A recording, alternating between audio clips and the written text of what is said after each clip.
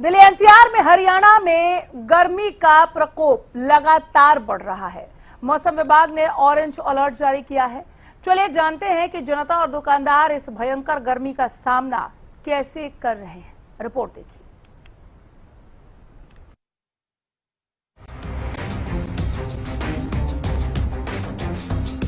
Delhi NCR समेत हरियाणा में गर्मी लगातार विकराल रूप धारण करती जा रही है। प्रदेश के अधिकांश जिलों में भीषण गर्मी और हीट वेव का असर देखने को मिल रहा है। मौसम विभाग के अनुसार राज्य के कई हिस्सों में हीट वेव से लेकर गंभीर हीट वेव की स्थिति बन रही है। बस देखो जी, गर्मी तो हर साल ही होती है, लेकिन अब की बार कुछ ज्यादा हो रही है।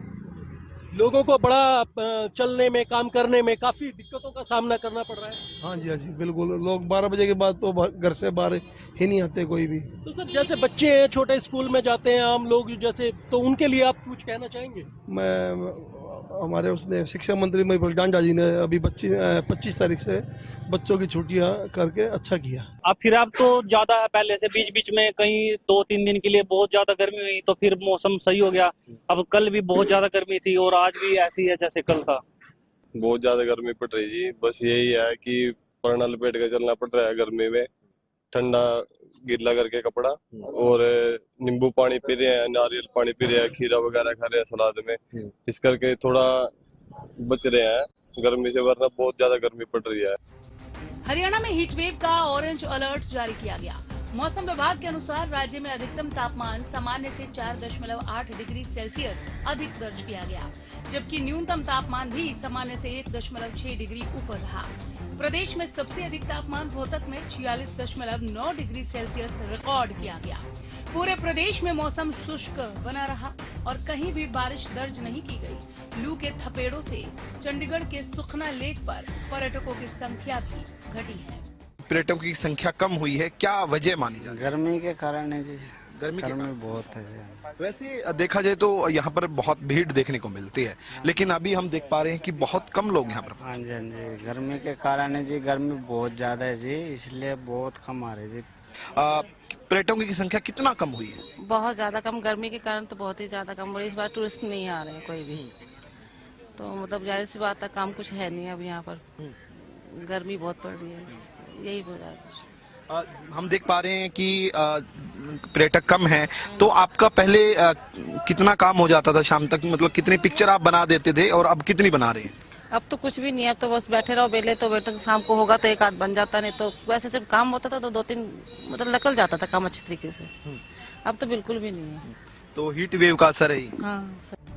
लगातार पिछले कई दिनों से पूरे भारत में प्रचंड गर्मी का प्रकोप नजर आ रहा है। उसी कड़ी में झज्जर में भी लगातार गर्मी पड़ रही है, जिससे आम लोगों का घरों से निकलना मुश्किल हो रहा है। हरियाणा न्यूज ने लोगों से बात की तो उन्होंने साफ तौर पर बताया कि हम लोग दुकानदार हैं, गर्मी की वजह से ग्राहकी पर काफी असर पड़ रहा है। बस इस चिलमिलाती धूप में लोग ग्राहक बिल्कुल नहीं आ रहा। जो हमारा खुलने का टाइम होता है 10 बजे का, तो 10 बजे से पहले ही ग्राहक आ रहा है।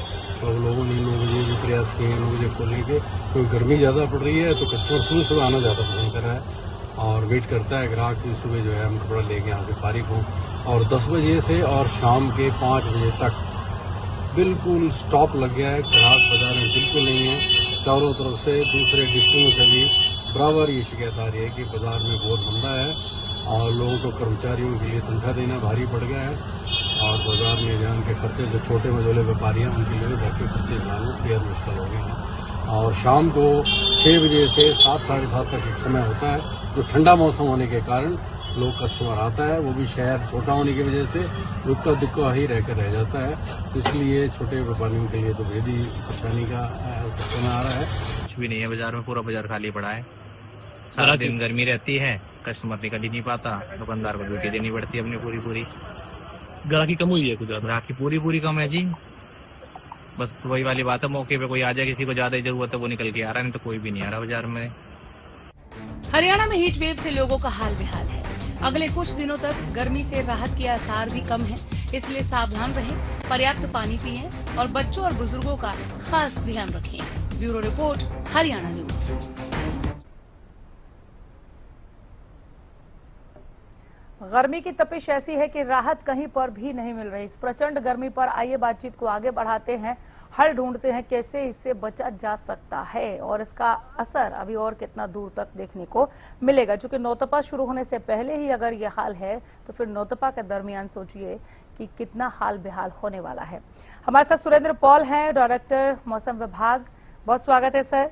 डॉक्टर सतबीर चौधरी, पूर्व डीजी हेल्थ भी हमारे साथ जुड़े हुए हैं। मैं आपका भी बहुत स्वागत करती हूँ।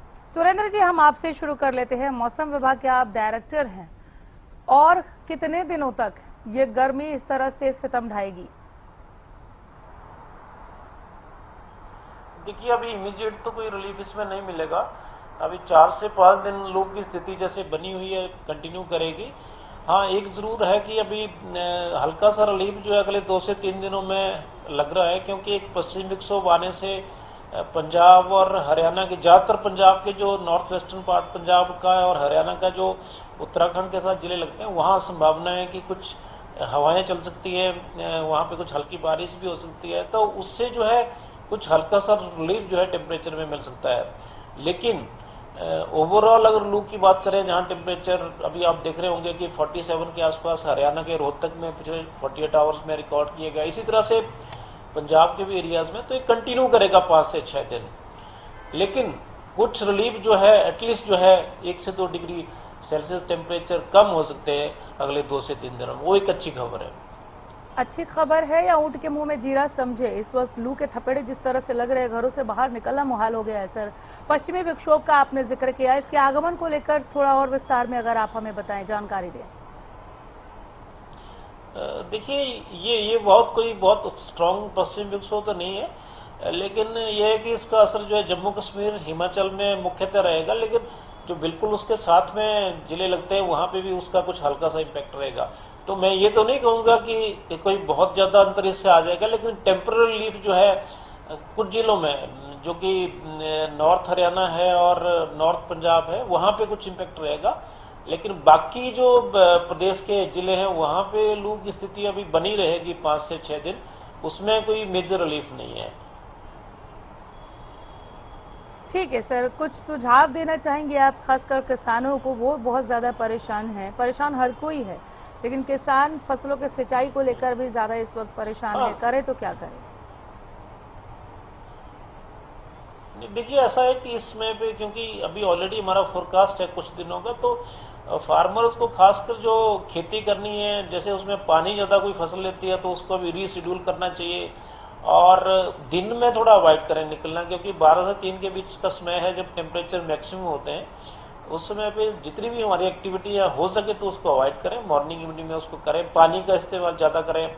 और क्योंकि इससे कई सेक्टर्स में फर्क पड़ रहा है, एजुकेशन सेक्टर है, हेल्थ सेक्टर है, बिल्कुल, बिल्कुल। वाटर रिसोर्स है, इवन टूरिज्म में भी जैसे पीछे में सुन रहा था कि ऐसी चीजें हैं, तो थोड़ा सा यही हमें प्रिकॉशन लेनी है। बाकी हमारे अलर्ट्स समय समय पर मौसम विभाग के आते हैं और स्टेट गवर्नमेंट की एडवाइजरीज आती हैं, लोग उसको देखें और उसके मुताबिक जो है अपने आप को जो है प्रिकॉशन ले सकते हैं। थोड़ी बहुत राहत पश्चिमी विक्षोभ से, आपने कहा बहुत ज़्यादा स्ट्रॉन्ग नहीं है ये विक्षोभ, लेकिन कुछ ज़िलों में ज़रूर इसका 1-2 डिग्री के आसपास असर दिखेगा कि वहाँ पर पारा नीचे लुढ़क जाए। इसके अलावा सर, अगर हम पखवाड़े की ही बात कर ले तो क्या 1 या 2 पखवाड़े के भीतर कहीं कहीं पर बारिश की बूंदों को हम देख पाएंगे कि थोड़ा सा पारा उससे नीचे जाए, बारिश के आसार? देखिए ऐसा है कि जो बैकग्राउंड में मैं समझाना चाहूँगा कि मानसून ही जनरली जब भी समर होता है तो मानसून जैसे अप्रोच करता है तो प्री मानसून सावा थोड़ा सा रिलीफ लाते हैं। तो अभी तक तो ये है कि मानसून थोड़ा अर्ली है, केरला कोस्ट पे 26 मई के आसपास आने की संभावना है। अगर मानसून की स्थिति अच्छी रही तो हो सकता है कि मानसून थोड़ा जल्दी आए और प्री मानसून जल्दी आए तो हमें गर्मी से भी राहत मिले। जहाँ तक 2 पखवाड़ों की बात है तो बीच बीच में कुछ एक्टिविटी, थंडरस्टॉर्म एक्टिविटी रहेगी आगे भी, उससे कुछ टेम्पररी रिलीफ बीच में मिलता रहेगा। लेकिन गर्मी अभी जब तक मानसून नहीं आता है हमें जो है गर्मी जो है बीच बीच में देखने को मिलेगी।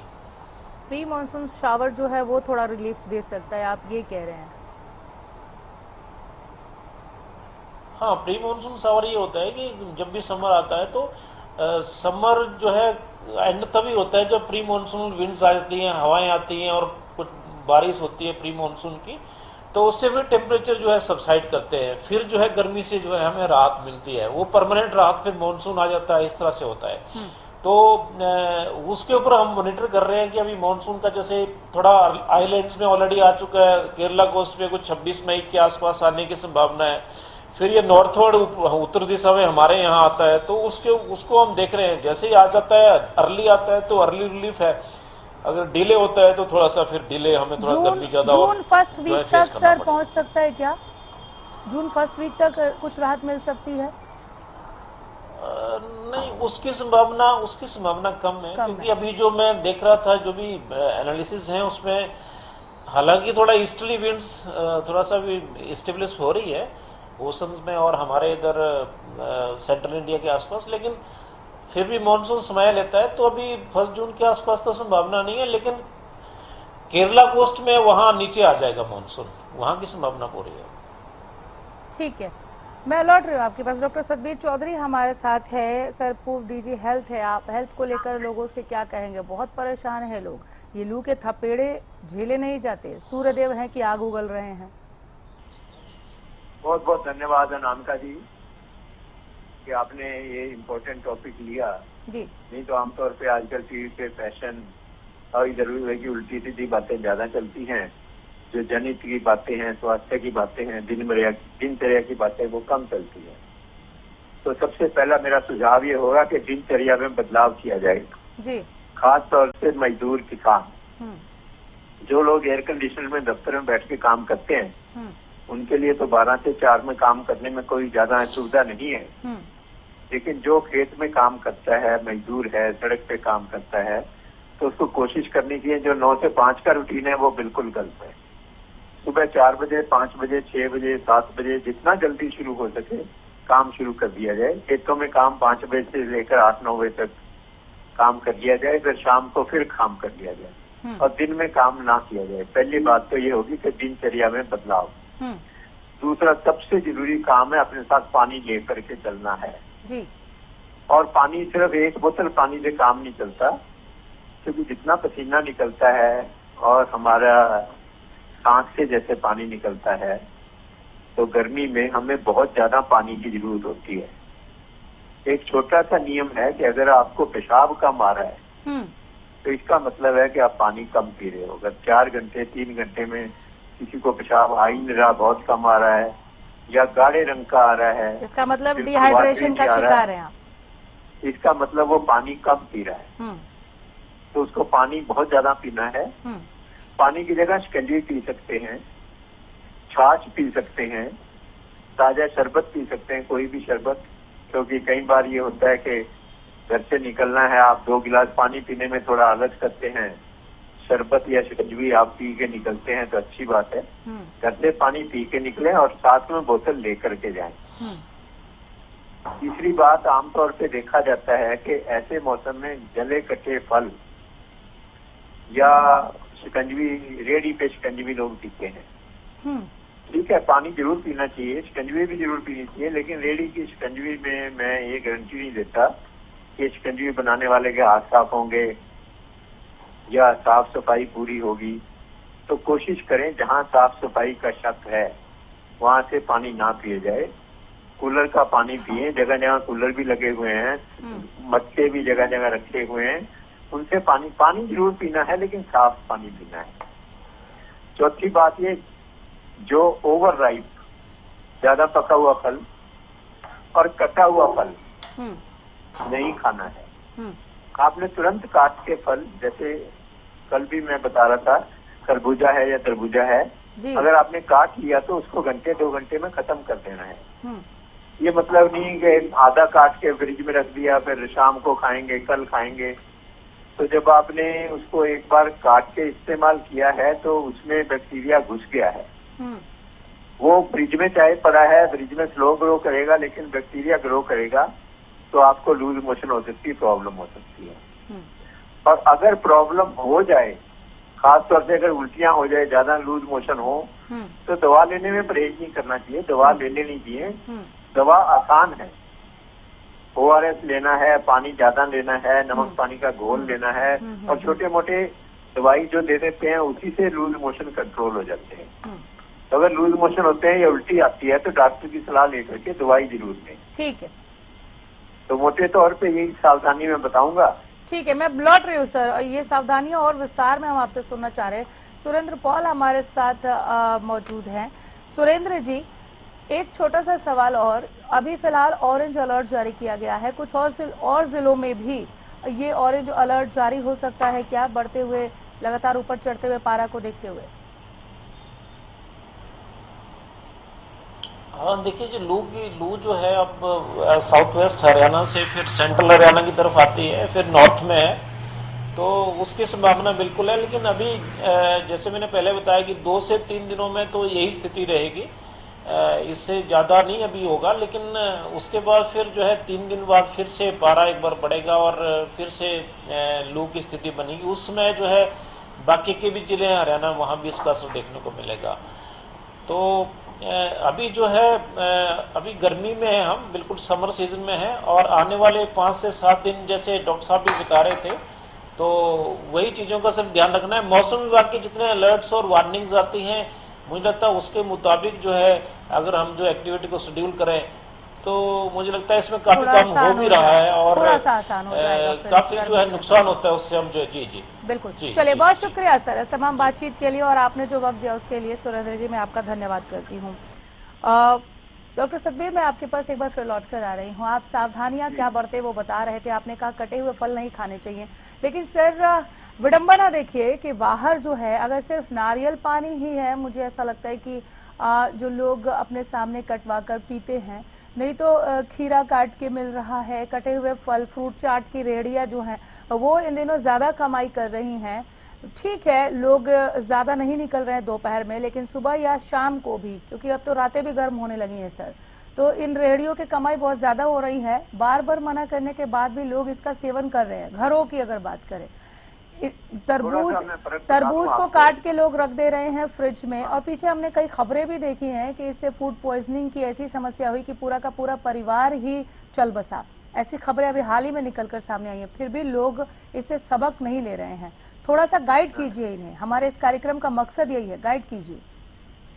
बिल्कुल ठीक कहा आपने, लेकिन मैं थोड़ा सा यहाँ डिफरेंशिएशन कर दूं व्हाइट कॉलर और ब्लू कॉलर में। जी, जो हमारे जो उसी जिसको हम गंदे वातावरण कहते हैं, जो उसी गंदे वातावरण में रहता है, उसी में पलता है, उसको वो पानी ज्यादा खराब नहीं करता।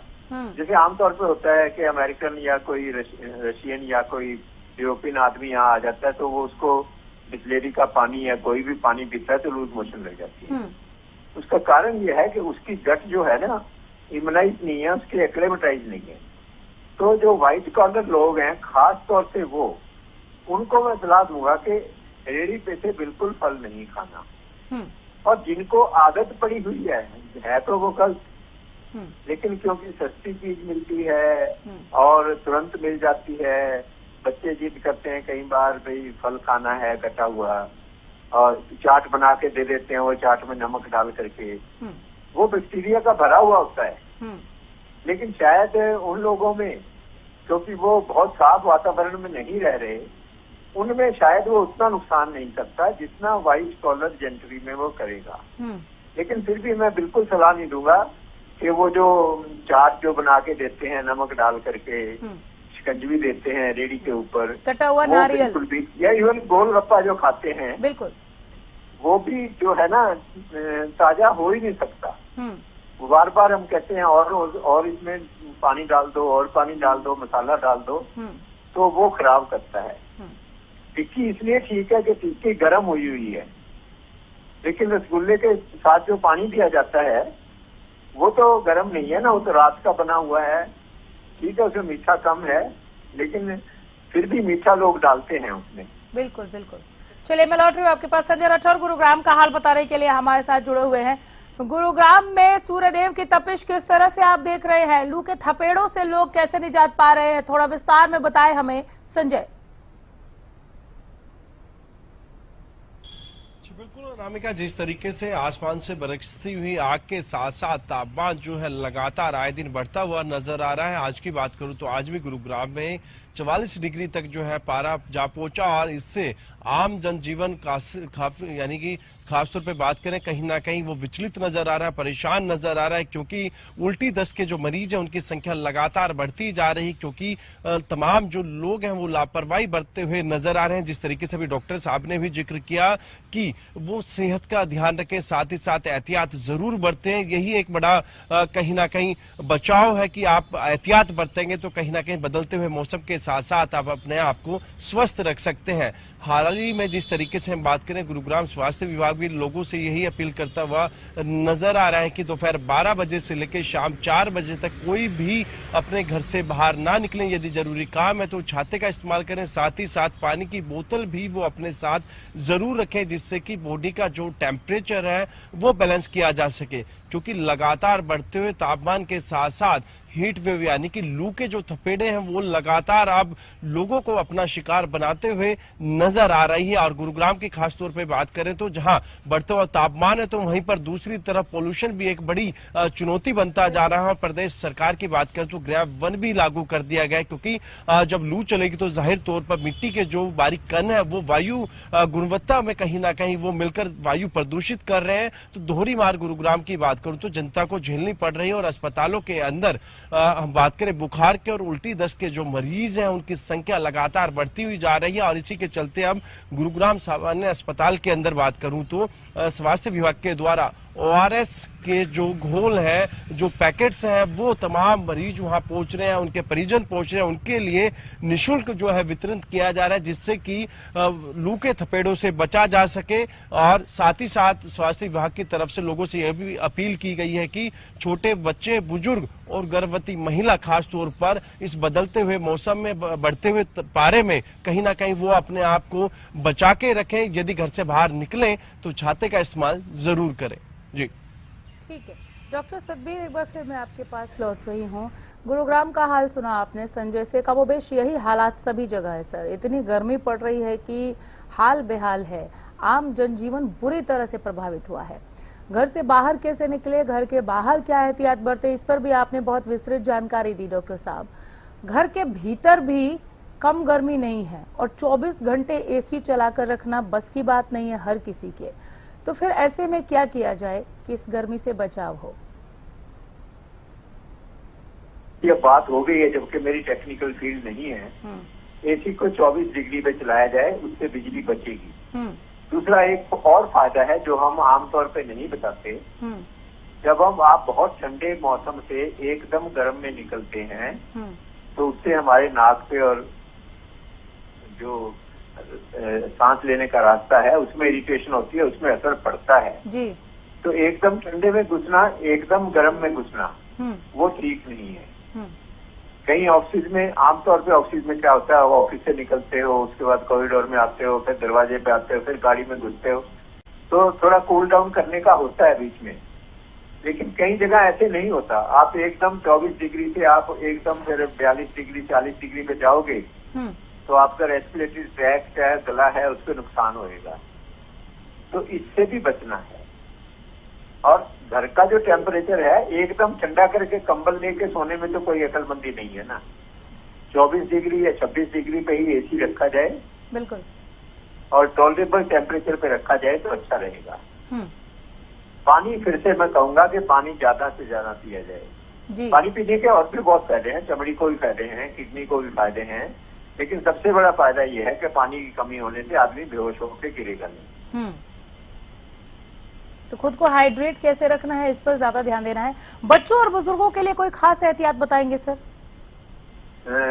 बच्चों और बुजुर्गों में जो टॉलरेशन है वो हमेशा कम होती है, इम्यूनिटी भी कम होती है, टॉलरेशन भी कम होती है। बिल्कुल। तो बच्चों और बुजुर्गों को तो मैं सलाह दूंगा कि 12 बजे से 4 बजे के समय में बाहर बिल्कुल भी नहीं निकलना। बच्चे आमतौर पे खेलते हैं, 4 बजे 4:30 बजे खेलने चले जाते हैं, तो 4 बजे की बजाय उनको 5:30 या 6 बजे भेजा जाए और सुबह बच्चों को उठा दिया जाए। बुजुर्ग तो आमतौर पे हमारे भारत में सिस्टम में उठ जाते हैं जल्दी, बच्चे सुबह सुबह नहीं उठते तो उनको को सुबह उठ के काम कर लिया जाए। को भी कसरत करनी है, जिम पे जाना है, जो भी काम करना है जी सुबह सुबह किया जाए, रादर देन 12 से 4 के बीच में या 11 से 5 के बीच में। बिल्कुल कम से कम लेबर ऐसा काम किया जाए जिसमें उनकी फिजिकल एक्टिविटी ज्यादा हो और बाहर निकलने की ज्यादा जरूरत पड़े। और छतरी ले जाने में कोई हर्ज नहीं है, छतरी भी ले जा सकते हैं। अगर थोड़ी दूर चलना है, 200 गज 400 गज जाना जरूरी है उनको, तो छतरी लेके जा सकते हैं। चलिए, बहुत शुक्रिया सर इस तमाम जानकारी के लिए। बहुत बेहतरीन बातचीत रही, बहुत कुछ जानने को भी मिला और बहुत ज्यादा जरूरी था कि इस तरह का मैसेज हरियाणा न्यूज के इस मंच से हमारी आवाम तक, हमारे दर्शकों तक जाए। मैं आप दोनों का धन्यवाद करती हूँ वक्त देने के लिए और इसी के साथ फिलहाल यहीं रुक रहे। आप कहीं मत जाइए, देखते रहिए हरियाणा न्यूज।